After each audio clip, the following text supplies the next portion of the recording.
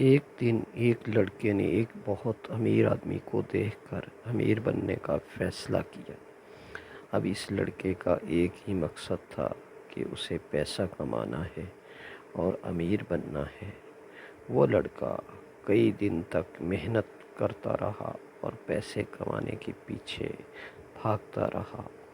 اس نے اپنی محنت سے بہت پیسہ کمایا۔ اسی دوران لڑکے کی ملاقات ایک موسیقار سے ہوئی اور اگلے ہی دن لڑکا پیسہ کمانا چھوڑ کر موسیقی سیکھنے لگتا ہے۔ اس لڑکے نے موسیقی بھی اچھی طرح سے نہیں سیکھی تھی کہ وہ ایک عالم سے ملتا ہے۔ لڑکا عالم کے چہرے کی چمک دیکھ کر حیران ہوتا ہے۔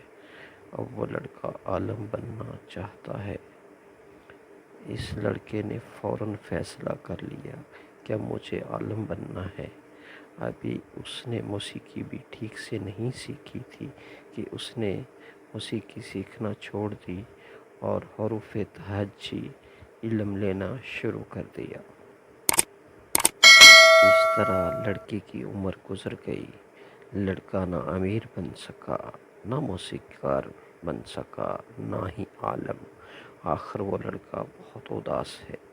ایک دن وہ ایک مہاتما سے ملتا ہے۔ لڑکے نے اپنے دکھ کی وجہ مہاتما کو بتائی۔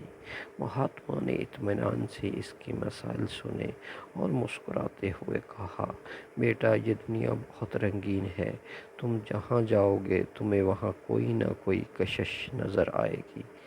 آپ صرف ایک فیصلہ کر لیں اور اس پر ساری زندگی عمل کرتے رہیں تو کامیابی آپ کو ضرور ملے گی۔